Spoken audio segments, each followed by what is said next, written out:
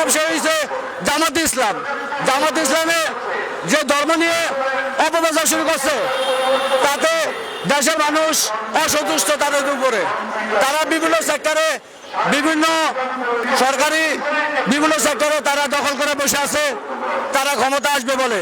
আসলে তা না, তারা এটা যদি ভাবে তাহলে ভুল হবে, তারা ক্ষমতা আসতে পারবে না। আমাদের বিএনপি কোনো অপরাধ করে না। বিএনপিকে সাধারণভাবে তারা বিভিন্ন প্রপাগান্ডা সরিয়ে আমাদেরকে বিভ্রান্তির ভিতরে রাখছে। আমরা আসলে বিএনপির মানুষ অপরাধ করে না।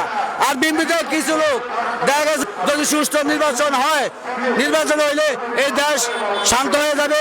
আর এই যে দেখা যাচ্ছে আওয়ামী লীগের লোক দেশে বিভিন্ন জায়গায় যে এই ধরনের ঘটনা ঘটিয়ে বিএনপির উপরে দোষ চাপায়, আমরা সে কখনোই হতে দেব না। আমরা এই আশাবাদ ব্যক্ত করছি।